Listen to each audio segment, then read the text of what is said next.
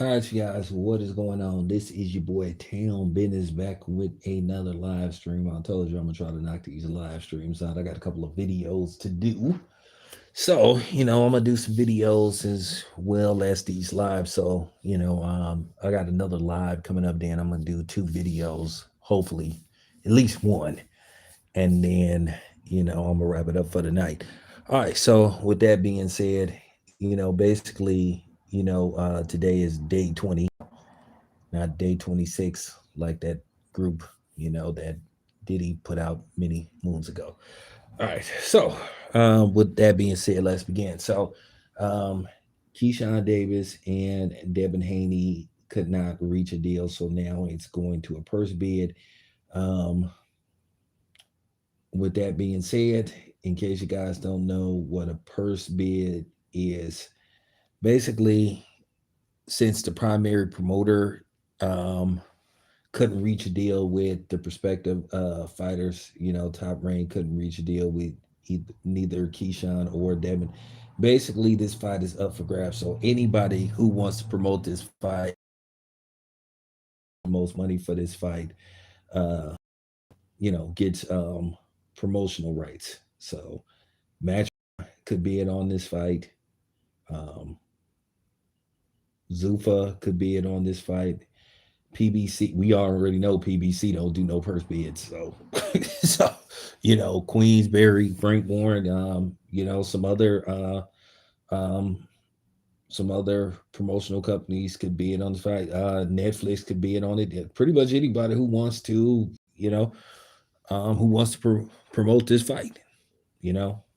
So, with that being said, we will find out by Monday, but it appears that Keon Davis is next for Devin Haney if all goes well.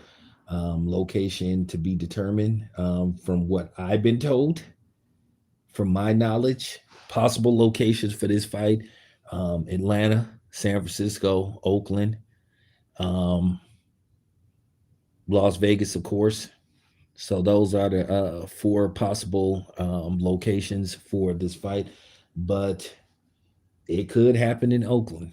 I think the number one choice, the priority, is to get this fight in the Bay Area, either Oakland or San Francisco.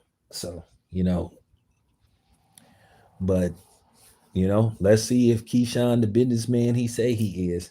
With that being said, the biddings can start at 200,000. 75% for whoever decides to put up the money for this fight.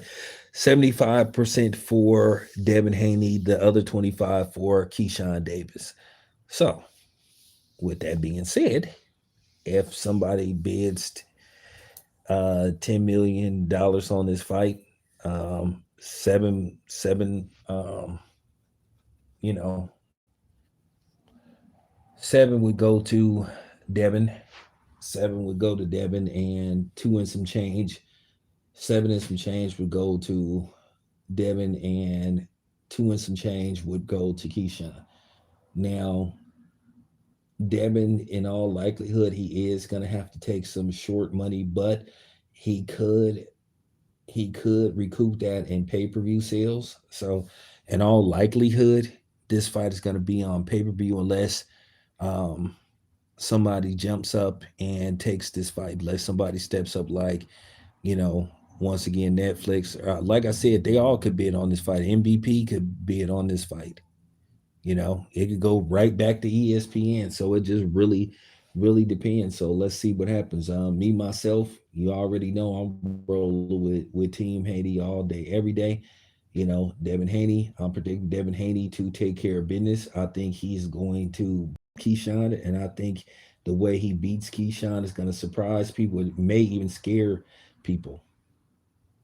I think you're going to see a new Devin Haney.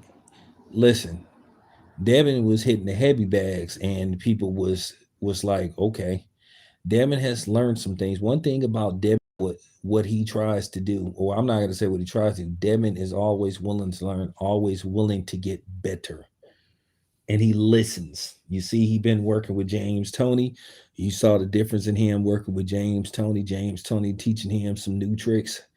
something to add to his arsenal. I think he'll be vastly improved from the last fight. Keep in mind, Devin Haney is 27 years old. To me, I still think he hasn't reached his peak yet. So I don't think we've seen the best of Devin Haney.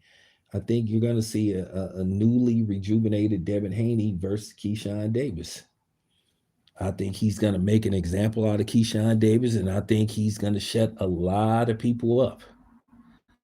And it's sad that you still got people talking this stupid shit about lawsuits and all that kind of stuff. He dropped the lawsuit. But when Ryan Garcia threatened to sue Devin Haney, nobody says shit. But we know where a lot of this come from. A lot of these people on here are goofballs, and that's just the bottom line. And you just have to say it. I'm not gonna pretend and play these games with these people. Y'all are lame. Y'all are losers. For the most part, most of y'all ain't never put on a pair of gloves in your life. Most of y'all ain't never threw a punch in your life. Most of y'all ain't never been punched before in your life. So it's easy for a bunch of mouth to sit up here and talk. And the way people and I'm gonna be honest with you, the way people get mad at Devin is kind of weird. You come across as you got um I don't know. It come across as you got some real suspect thoughts towards Devin Haney that you just don't know how to let him out. The way people get mad, the man sit up there and just be walking around and people, like, man, come with some new material. Come with some new material for real, because y'all, like, for real, y'all need to come with some new material, and the shit don't even be funny. It really don't. And the thing is, I feel like I have to respond sometimes to these morons. That's just the Bay Area in me. That's that Oakland shit. If you ain't from the town, you ain't gonna understand it. What's up? That's really that Oakland shit. So like I said before, in all likelihood, we'll know something by Monday. Like I said, I have an idea who I think is gonna be it on this fight. Now, keep in mind, there's been rumors, but nothing has been set in stone. I haven't asked the people with Top Rank as of late. I haven't talked to them. Um, in all likelihood, I will be seeing them pretty soon. I'll be seeing them probably next week because I plan on going to Las Vegas to cover Roach versus the Beta. That is a Top Rank and Golden Boy collaboration. Oh yeah, once again, Golden Boy, they can be it on the fight. So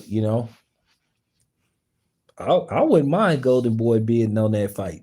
And then we can get it in the Bay Area, and you could put Amari Jones. You could put him on the undercard. I don't know. I don't know when Amari Jones is gonna fight again. I mean, I could just go up to the gym where he be at, or I could go to the other gym where he hangs at. So, and find out. I can get some answers. I can call some people. So, but that would be cool if Golden Boy won the purse bid, because we definitely could get Devin back in the Bay Area. So, I talked to Bill. They're weighing they're weighing their options. They're seeing what's out there for them. And at the end of the day, that's what you're supposed to do. Shakur Stevenson to me is backed into a corner because all roads to me and a lot of people lead lead down the path towards Devin Haney because they can go direction once again.